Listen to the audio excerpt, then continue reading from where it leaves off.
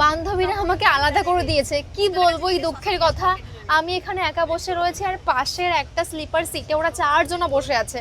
কারণ দুটো আমরা স্লিপার সিট পেয়েছি আর আর দুটো পেয়েছি নর্মাল বসার সিট, যার জন্য এই প্রবলেমটা হয়েছে। বাট ওটা 4 জন এক জায়গায় রয়েছে, এবার একজনকে কি করে আনবো? সব তো কাপল, আমরা কাপল, ওরা দুজন দুজনে তো কাপল, তো আসতে পারছে না। তো আমাকে আলাদা করে দিয়েছে, তুই হৃদয় তুই ওখানে থাক আর আমরা আপাতত এখানে বসে, তারপরে আমরা সব এক্সচেঞ্জ করে নেব। তো দেখো কাকিমা কিন্তু বানিয়েছে, মানে অঙ্কিতার মা আমাদের সবার জন্য বানিয়ে পাঠিয়েছে আলু। এখানে দাও, এখানে রাখো। আমি বলেছিলাম এটা করে নিয়ে আসতে।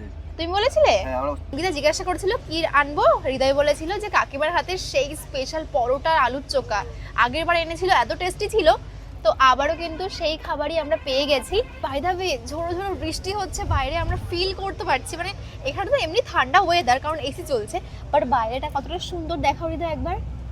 মানে রাতের কলকাতা না, অবশ্য ওখান থেকে পার হয়ে গেছি। এটা হাওড়া, কি সুন্দর লাগছে পুরো সারা বৃষ্টির ফিলটা খুবই সুন্দর ছিল। তো চলো এবার আমরা, সব খাবারই খুব ভালো বানায়।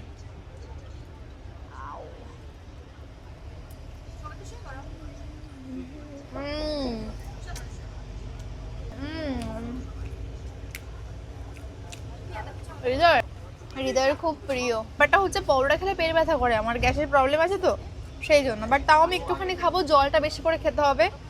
মা ফোন করে 100 বার বলেছে জলটা বেশি করে খেতে। স্টিল বান্ধবীরা আমাকে আলাদা করে দিয়েছে, এই দুঃখে আমি কি করবো।